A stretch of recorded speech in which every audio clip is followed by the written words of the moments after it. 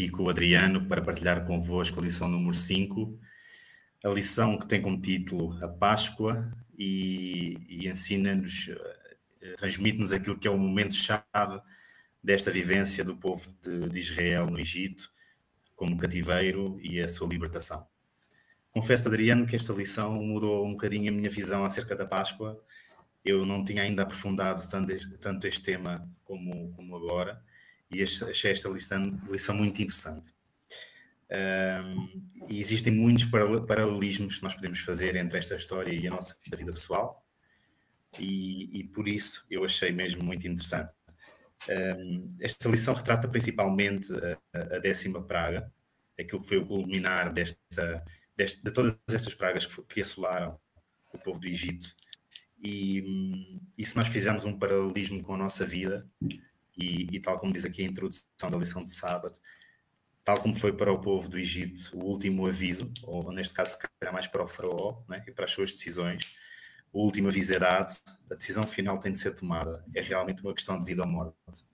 Podemos fazer um grande paralelismo também com a nossa vida pessoal, com a nossa vida espiritual. Sabemos que estamos a viver o final dos tempos, e os últimos avisos também estão a ser dados para nós hoje, não é? As decisões têm de ser tomadas e é realmente uma questão de vida ou morte. Sabemos que Deus está do nosso lado, disposto a conceder-nos sabedoria, entendimento e poder para fazermos o que é correto. Qual é que é o problema? Como vem aqui na lição, muitas vezes o nosso coração é teimoso, tal como foi o coração do faraó, e nem sempre fazemos aquilo que é certo. Nós muitas vezes sabemos o que é certo, mas recusamos a fazê-lo. Isso mesmo, e nós vamos estudar esta semana aquilo que aconteceu, quais foram as consequências para muitos, porque também, como podemos aprender, muitas vezes as nossas decisões individuais têm consequências para muitas pessoas, o que é uma injustiça,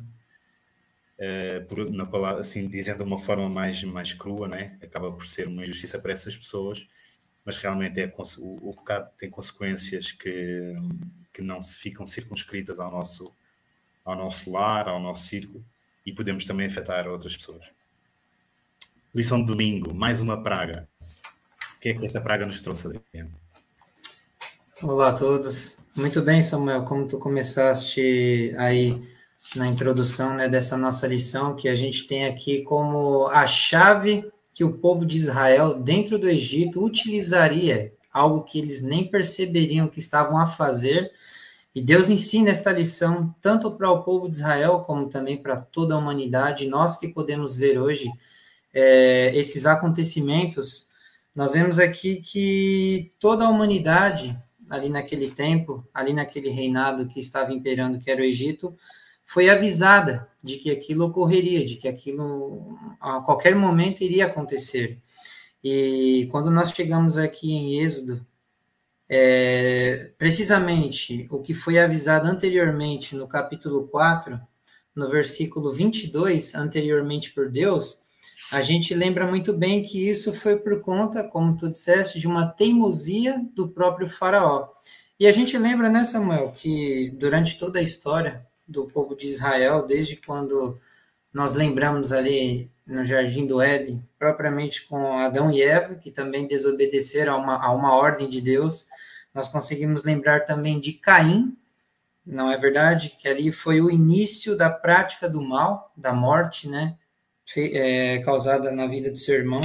Nós lembramos também da história de Noé, que durante 120 anos ficou a alertar o povo, toda a humanidade, sobre o que iria ocorrer, e mesmo assim as pessoas ignoraram completamente o aviso dele durante 120 anos, que não é pouco tempo, e também tiveram muitos outros acontecimentos após este acontecimento da última praga, que foi anunciada por Moisés, e que foi uma mensagem trazida por Deus, não é? Uma mensagem do Deus eterno, do Deus divino, sobre todos os outros deuses que existiam ali perante o reinado egípcio. E lembrando aqui um pouco, Samuel, antes, como eu disse em Êxodo, no capítulo 4, no versículo 22, Deus havia dito: então dirás a Faraó, assim diz o Senhor, Israel é meu filho, meu primogênito, e eu te tenho dito, deixa ir o meu filho, para que me sirva, mas tu recusaste deixá-lo ir. Eis que matarei o teu filho, o teu primogênito. Então a gente vê, Samuel, que já anteriormente Deus já havia alertado que iria se suceder ali no reinado dos egípcios, e propriamente pela teimosia do faraó, e mesmo assim ele acabou endurecendo mais uma vez seu coração quando o próprio Moisés foi falar com ele, após já ter acontecido, como nós estudamos na última lição, das 9 pragas anteriores a essa, e algo significativo e simbólico que nós temos aqui, Samuel, que nós estamos falando aqui da 10ª praga. Por que teve que ocorrer 10 pragas para que então o povo pudesse entender, Moisés pudesse conseguir transmitir essa mensagem e o coração de Faraó pudesse então ser quebrantado, ser amolecido para que pudesse então finalmente deixar o povo sair? O próprio autor nos traz aqui. Além disso, o número 10 é um significado muito simbólico e bíblico. 10 representa a plenitude e a completude. O que é essa plenitude e a completude? Das maravilhas que Deus operou dentro do Egito para resgatar e libertar o seu povo de muitos anos de escravidão que eles estavam passando e sendo oprimidos pela mão dos egípcios. Por isso que foi, como nós dissemos, né, na última lição, a insistência que as 4 primeiras pragas foi por vontade própria de Faraó, de querer rejeitar a vontade de Deus, e depois, sob a influência, não é, através do Espírito, Deus fez com que Faraó insistisse nessa sua teimosia e chegasse então até a 10ª praga, para que fosse então provado perante todas as 1.500 divindades que existiam ali dentro do reinado egípcio, que somente existia um Deus poderoso que podia operar este milagre maravilhoso na vida do povo de Israel. Nós também, né, Samuel, temos muitos outros exemplos da justiça de Deus, que é a verdadeira e outra expressão maravilhosa do seu amor. A gente vê que quando Deus faz justiça, não é para querer eliminar, exterminar, e sim para salvar, porque ele ama aqueles que temem e conhecem o seu maravilhoso poder. E hoje, em nossos dias, também não é diferente, não é, Samuel? Muitas das vezes a gente tem esse poder de escolha, se a gente quer decidir pelo bem ou pelo mal. E aqui nos traz, não é? O que o Senhor pede de ti, senão que pratiques a justiça e ames a beneficência e andes humildemente com o teu Deus. Muitas das vezes a gente tem que saber também colocar na balança na nossa própria vida para com as pessoas, não é, Samuel? Às vezes a gente tem que tomar decisões se podemos executar a justiça com frieza ou se nós podemos executar com misericórdia. Deus, ele age com misericórdia conosco, ele quer que todos se arrependam, que todos cheguem, não é, ao conhecimento da salvação e dessa esperança maravilhosa. Isso é algo muito complexo quando a gente toca nesse ponto, não é verdade, Samuel? A nossa vida é difícil de decidir, né, de tomar essas decisões diárias. Às vezes a gente coloca muito esse peso na balança, eu preciso fazer o que é certo, o que é correto, não posso ir até aquele limite, só que aí a gente lembra do amor e da justiça de Deus e a gente acaba cedendo também um pouco pelo bem para salvar a humanidade. É algo maravilhoso que a gente vai desenrolar um pouco durante esta semana. É verdade. Pegando naquilo que tu disseste, a lição diz-nos, nós também devemos tentar o melhor que pudermos para sermos amorosos e justos. No entanto, podemos facilmente cair em extremos de uma forma ou de outra. Por amor, fechamos os olhos aos erros e às coisas que precisam de ser corrigidas. Então, nós devemos fazer realmente uma análise, uma retrospectiva à nossa vida para perceber o que é que deve ser corrigido, quais são as decisões que nós estamos a tomar ou que estaremos prestes a tomar, que vão influenciar a nossa vida e daqueles que estão perto de nós, para que possamos ser o mais justos, pratiques a justiça, ser o mais justos possível com os nossos irmãos. E a lição de segunda traz-nos exatamente o tema de a Páscoa.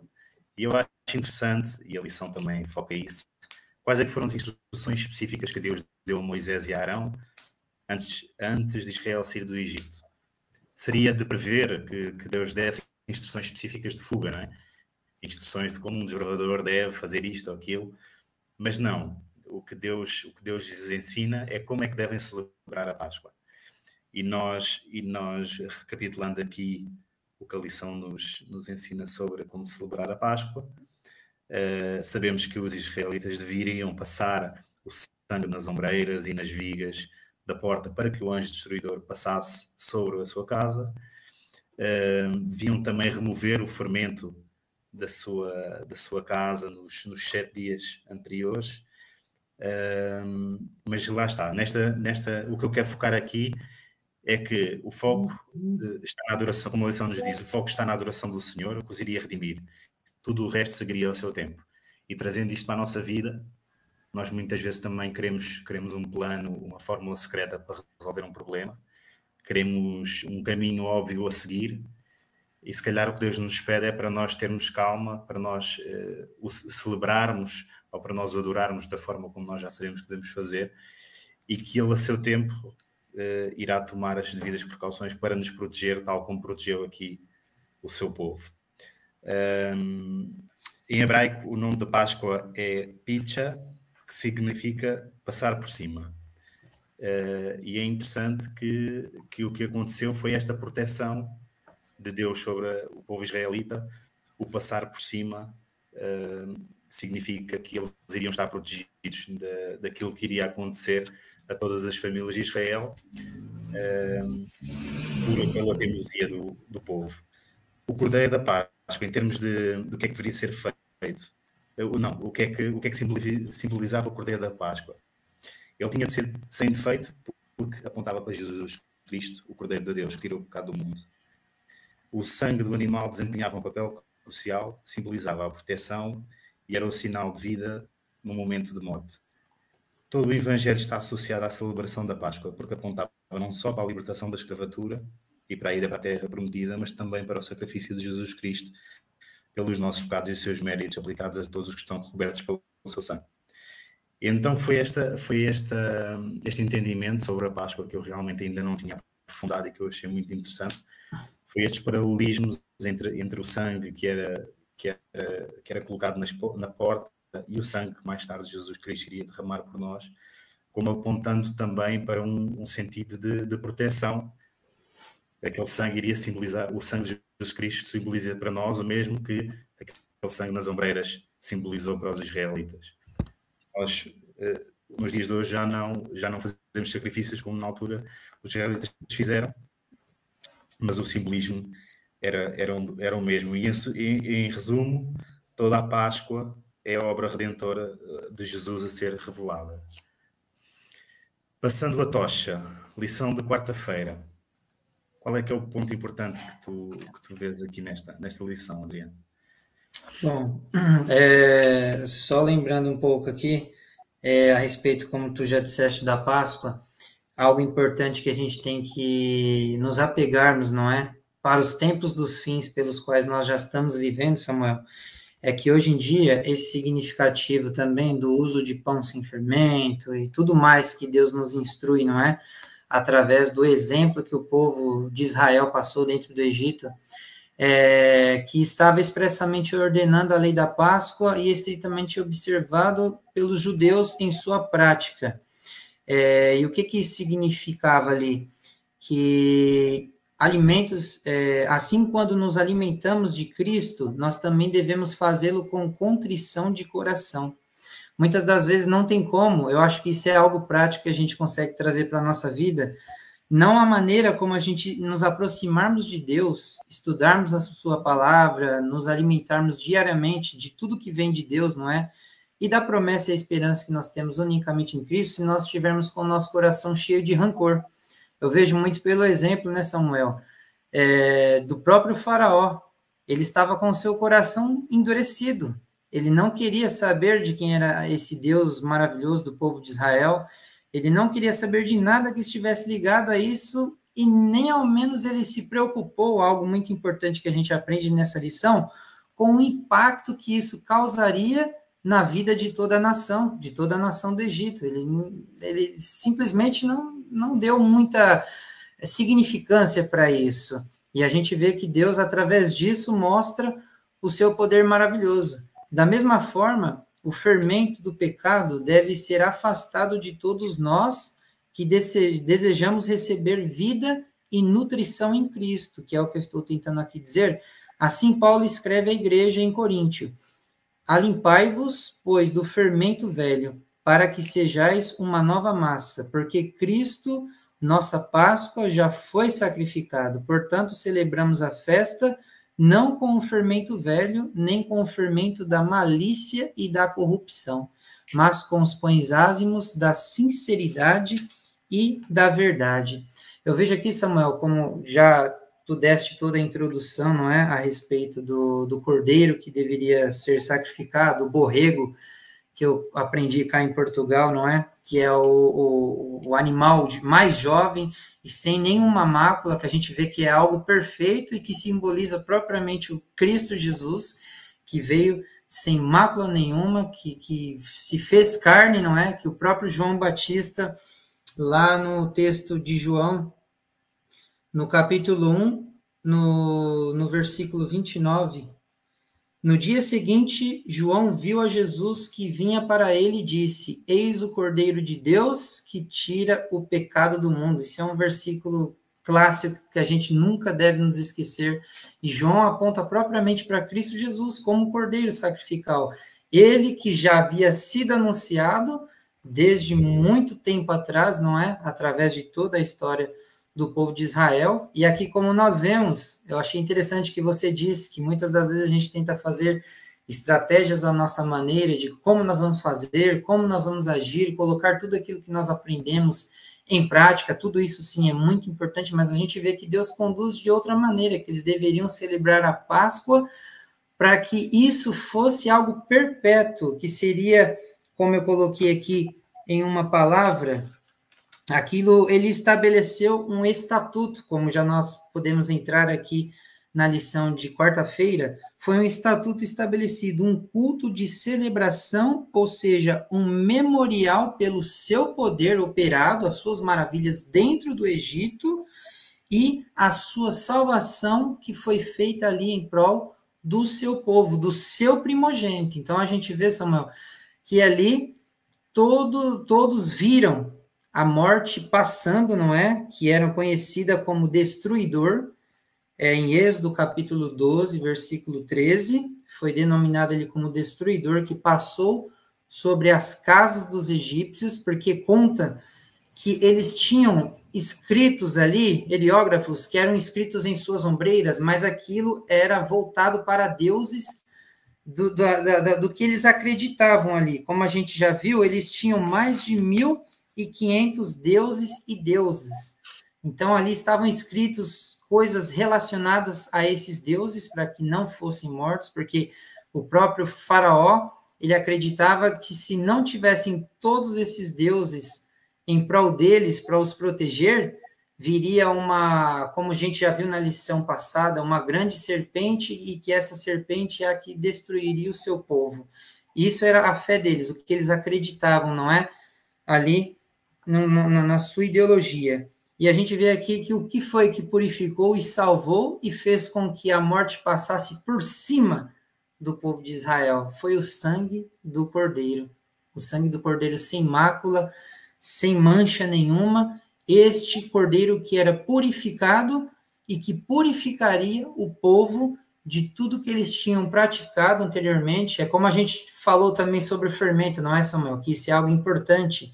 Aquela massa velha, com aquele fermento velho, é a nossa vida como pela qual nós nos encontramos. Nós já não precisamos mais do fermento, nós precisamos, sim, nos transformarmos em uma massa nova para adorar e servir ao nosso Deus e nunca nos esquecermos do seu sacrifício eterno, feito por cada um de nós e que pode ser estendido a todos que o aceitarem. Ainda é um tempo oportuno, não é, Samuel? De nós termos essa oportunidade de levarmos essa salvação para outras pessoas. É verdade, e a aplicação prática desse episódio é que no juízo final, quem estiver coberto pelo sangue de Cristo também estará seguro, tal como os israelitas estiveram. E acho que esse é o grande ensinamento a tirar. Passando a tocha, esta lição vai nos ensinar a importância de nós passarmos às gerações que vêm a seguir aquilo que Deus fez por nós. E nós também devemos refletir sobre isso. Estamos nós a ensinar os nossos jovens, os nossos sobrinhos, os nossos filhos, sobre o que é que Deus já fez por nós. Isso foi algo importante que Deus referiu no Salmo 145:4, uma geração louvará as tuas obras, a outra geração anunciará as tuas proezas. Então é realmente muito importante que nós mantenhamos a tocha acesa, não é? Nós somos como tochas e a única maneira dos que vêm a seguir, tal como nós tivemos o privilégio de receber essa tocha de alguém, é que nós possamos manter essa tocha acesa. E há um pormenor interessante nesta lição, que eu até sublinhei aqui, que diz: vale a pena notar que os israelitas ainda estavam no Egito quando lhes foi dito para celebrarem a sua libertação do Egito. Toda a celebração era, portanto, um ato de fé. E é realmente, eu não tinha ainda também pensado nisto desta maneira, mas realmente este povo teve fé desde o início, porque depois de já terem passado, portanto, ainda assim eles acreditaram que Deus era capaz de os salvar. Então, contar a história daquilo que nós vivemos, daquilo que já nos contaram, é tão importante para quem fala como para quem ouve. Okay? Que nós possamos ter este pensamento e que nunca nos cansemos, que nunca desistamos de passar a tocha e de ensinar aos mais novos aquilo que Deus já fez e continua a fazer por nós diariamente. Passando à lição de quinta-feira, temos aqui o juízo divino, o consumar desta praga, e a primeira questão que se lança aqui é: porquê o primogênito? Não sei se queres responder, Adriano, porquê é que Deus escolheu os primogênitos do Egito? Porquê é que se concentra?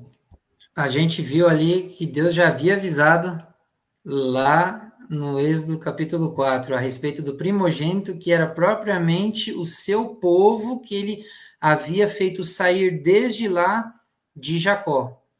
E agora que a gente vê aqui o porquê os primogênitos para o povo egípcio, não é, Samuel? Isso causaria um grande impacto propriamente no faraó. O que diz aqui? Os vastos exércitos de Israel marcharam em alegre triunfo do Egito, palco de sua longa e cruel servidão. Os egípcios não consentiram em libertá-los até que fossem claramente advertidos pelos juízos de Deus. O anjo vingador visitou todas as casas entre os egípcios e matou os primogênitos de todas as famílias. Ninguém escapou, desde o herdeiro de Faraó até o primogênito do cativo do seu calabouço. Os primogênitos do gado também foram mortos, de acordo com a ordem do Senhor. Mas o anjo da morte passou por cima das casas dos filhos de Israel e não entrou nelas. A gente vê aqui Faraó nesse momento horrorizado, porque quem que assumiria o trono após ele? Seria exatamente o seu primogênito, aquele que fora preparado para exercer esta função logo após a morte do seu pai. E agora, o que seria do Egito? Era considerado um deus, o filho do faraó. Exatamente, era considerado um deus. Já seria o próximo deus daquela nação do Egito. Agora imagina como que Faraó não ficou naquela situação, não é, Samuel? Ele estava ansioso para que eles partissem sem demora, pois ele e seu povo temiam que, a menos que a maldição de Deus fosse removida deles, a terra se tornaria um vasto cemitério. Já pensou se naquele momento matou o primogênito, o que mais poderia ocorrer se ele continuasse a temar? Mas Deus é maravilhoso, Samuel. Ele fez com que chegasse até a 10ª praga, para que pudesse mostrar que o número 10 ali seria o fechamento perfeito da glória de Deus manifesta em meio ao Egito e mostrar que a libertação do povo seria algo memorável. O livro do Êxodo é uma memória, não é, Samuel? Quando a gente lê o livro do Êxodo, é algo que a gente tem que contar para os nossos filhos, como o próprio autor da lição vem trazendo para nós. Quando a gente celebra a Páscoa, hoje em dia a Páscoa perdeu muito sentido a respeito disso. Eu que vim do Brasil, cá em Portugal também, não sei, acredito que seja também da mesma maneira. Quando a gente fala de Páscoa, é chocolates, é comércio, é coelhinho da Páscoa, é tudo aquilo que desmistifica e tira o foco para o sacrifício do Cordeiro, que é Cristo Jesus.